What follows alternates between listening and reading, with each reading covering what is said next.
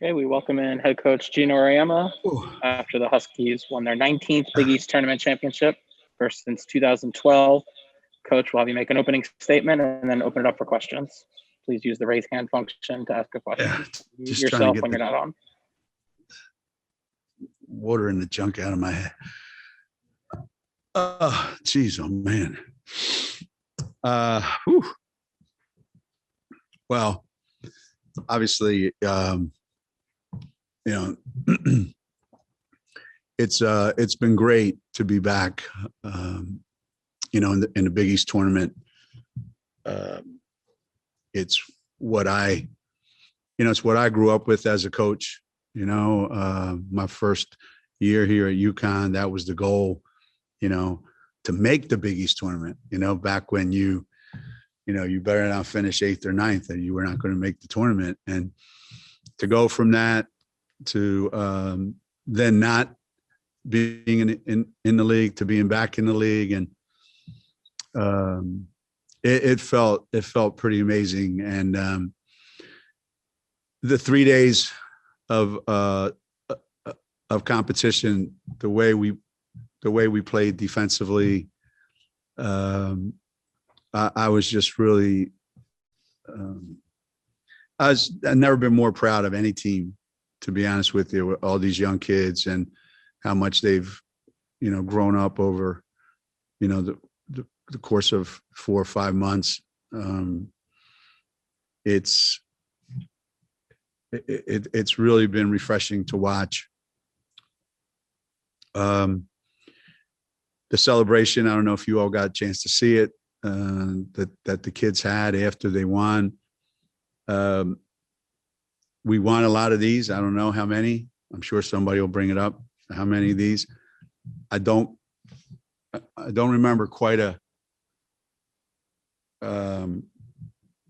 spontaneous and joyful celebration like these kids had. It's great to be young. These young kids that have come in, and really they've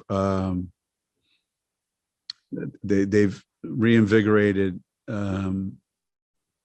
everyone associated with our program. They are just really unique kids, and I'm really happy for them. My life doesn't change that much, winning another championship, but my life was changed tonight because I got a chance to see the way they celebrated. That was worth waiting 6 months for. Our first question will go to Roger Cleveland. Geno, a month ago, Doug Feinberg asked you if it was worthwhile in a pandemic with the risk and reward to play a conference tournament. And you said at that point you didn't care if you did, but how much you got out of this tournament with the growth of the kids and Kristen coming around and the defense playing so well? Well, you think about all that's transpired over the months, right? And there was a time, we were just talking about it, there was a time when we weren't sure how many games we would get in, period. We weren't sure whether you'd even be able to have a regular season champion because it would be so disjointed, and we managed to get through that. And then there was some serious discussion about, is it worth bringing 11 teams to a bubble to compete for 3 days? Is it worthwhile?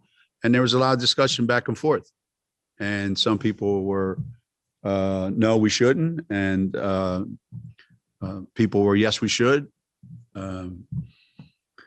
And for me, if we were going to have a tournament, great. If we weren't going to have a tournament, that's fine, but once the decision was made, we're having a tournament, then obviously it became, well, we're going to go win the tournament. That's our goal.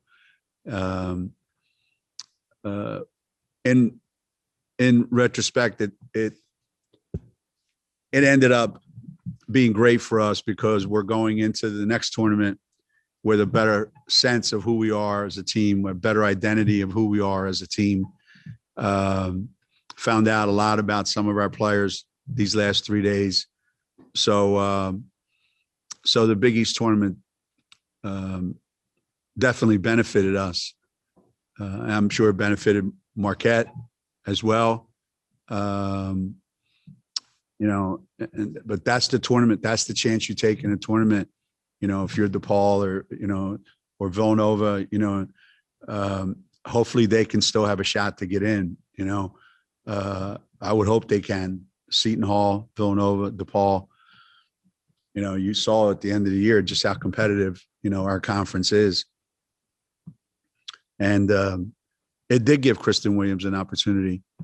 You know, Kristen hasn't had the kind of year she wanted to have. She hasn't been in any kind of a flow whatsoever.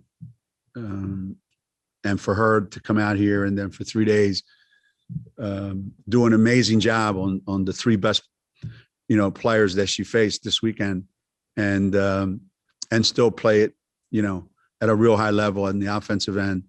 You know, as much as Paige was MVP, I thought Kristen could just as easily have been as well. Next, we'll go to Carl Adamek.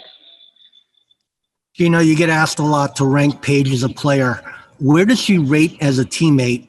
And back to her as being a player, what's her case to be National Player of the Year? She's a great teammate. She's a great teammate. She's a great teammate because she's a great human being.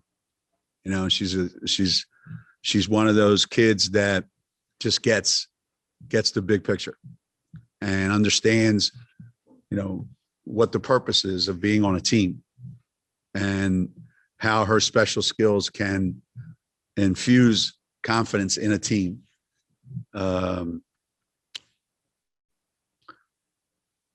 You know, people vote on awards. So people are going to vote. Paige came in my office the other day and she goes, man, she goes, I didn't realize how many people in this country hate Connecticut. I go, well, I don't get on social media. I don't know. And she said, I think it's you. I'm like, maybe it is. I don't know. But I said, I bet you if we lost all the time, they wouldn't hate me. Or maybe they would anyway. I don't know. But she's very sensitive to a lot of things that kids her age would not concern themselves with. And everything affects her, you know, because she wants it to. She never blows anything off, you know.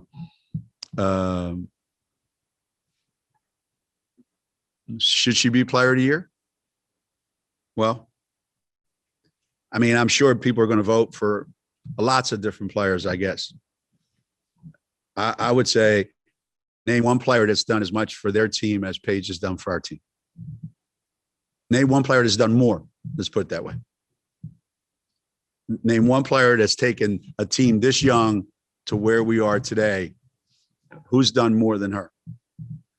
And if you can give me a better argument, then I would say I'll vote for him too. But I don't think you can.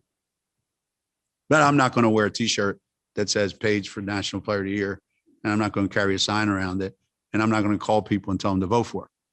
I've never done that for anybody, and I'm not going to start today.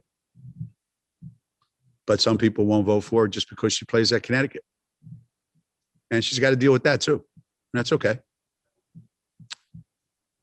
You don't vote on some awards, like who wins the championship. So she gets my vote. And she was bitching about playing time again today, just so I'm going on the record of saying that 2 days in a row. One of our players at the free throw line, she yelled miss because she knew she was coming out.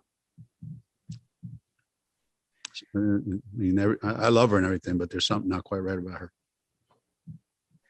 Then she came off and checked the stat sheet and she goes, this is yesterday. You owe me 2 extra minutes tomorrow because I didn't get to play my average. So you owe me 3 minutes tomorrow. I was going to not start her. Go to Mike Anthony next. Thanks.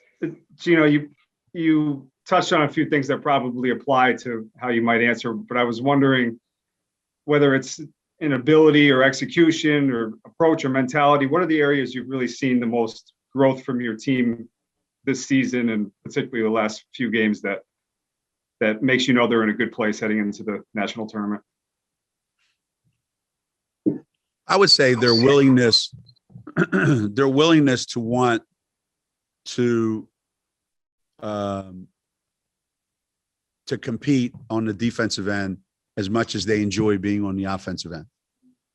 I would say that kind of growth, an understanding of team defense and team dynamics and how everyone is tied into it and how everyone has to be committed to it.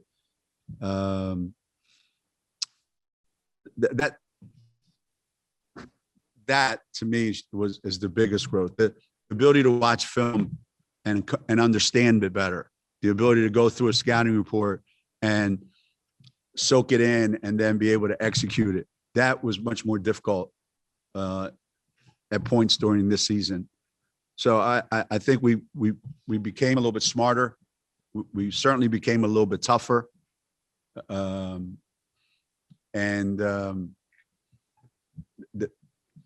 This team is a together team.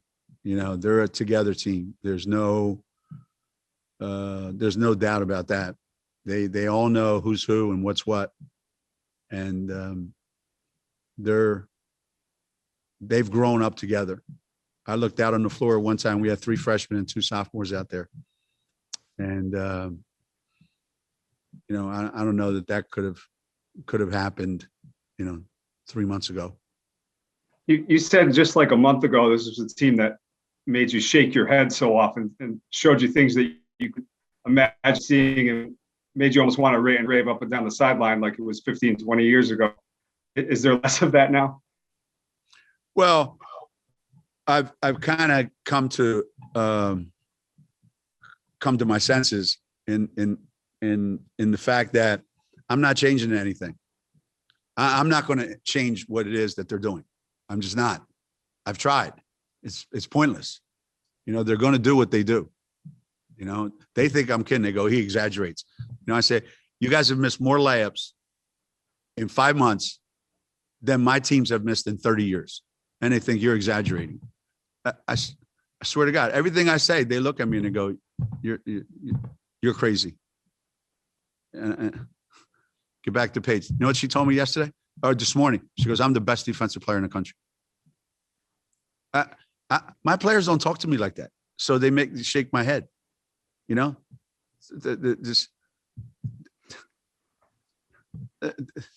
Nika looks at me sometimes and I almost feel like, what are you looking at? And like, I start worrying about me. Like, is there something wrong with me? Like, these guys have got my head spinning, all these freshmen. So I just stopped trying to figure out how to add things that I just can't help them with. Going to be what they're going to, and I have to, you know, look at all the positives. You know, it's made me change the way I coach. You know, it's and for the better. I think they've made me change the way I coach and made me change for the better. Thanks. Time for about 2 more. We'll go to Patty and Rob. Coach, I know it's a new conference, and you've had a lot of streaks, but 8 straight years without losing a conference game, 160 wins in conference play. What does that mean, and how does that stack up to everything else that you guys have done? I mean,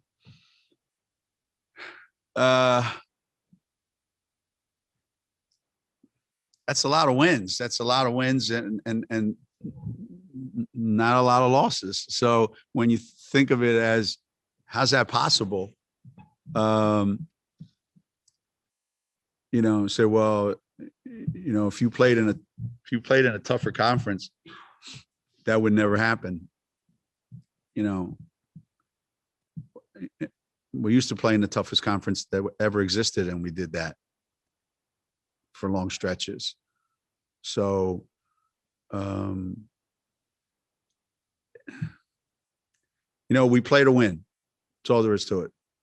As does everybody else. You know, I don't care if we're preparing for UMass Lowell, who we played in our very first game, or we're preparing for the best team in the country on national television. It doesn't matter to us. The preparation is the same. Scouting report's the same. We do everything the same. So there's a consistency in what we do. And that consistency, I think, pays off, you know, when you're committed to it. And we have really tough kids that come to Connecticut. You know, I think some of the kids at Marquette thought that after last Monday night that we're like not the toughest guys in the world because we don't look it. But we are. We're a pretty tough group of kids. And you know, we go out expecting to win. Like everybody else does. And we could lose our next game. But it's not going to be because we're not prepared. Go to Charlotte Carroll, the last one. Hi, Geno. Just talking about the youth, how much is that going to be an asset for the NCAA tournament? You talk about it kind of reinvigorating you, just going ahead into that. Well, we're getting ready to do something that's never been done before. We're getting ready to get on a plane, fly to one site, and be in the same hotel as 21 other teams. And then we're going to have to compete, you know, and try to win 6 games. And it's never been done before. So you can say, well, you know, you've been to X number of NCAA tournaments. Yeah. None of them like this. So whatever we did this weekend, yeah, I love the fact that our team looks like we're ready to play basketball. Today's March 8th, and we don't play till March 21st. It's a long time. It's a long time. And as I said, and once we get down there, it'll be an environment, you know, this was only 3 or 4 days. And we're going down there with, you know, we're down there 5 days before we even play a game. You know, the quarantine, the whole thing, all the protocols. So we're going into an area that's never been, you know, occupied before, as are the other 63 teams that are going to be down there. So I have no idea what, you know, what's going to happen. I usually have a pretty good idea what's coming up in the NCAA tournament, but this year, unlike any other year, I like my team. I like what I see, but this year's taught me, you know, one thing, if it's taught me anything, and that is don't look too far ahead.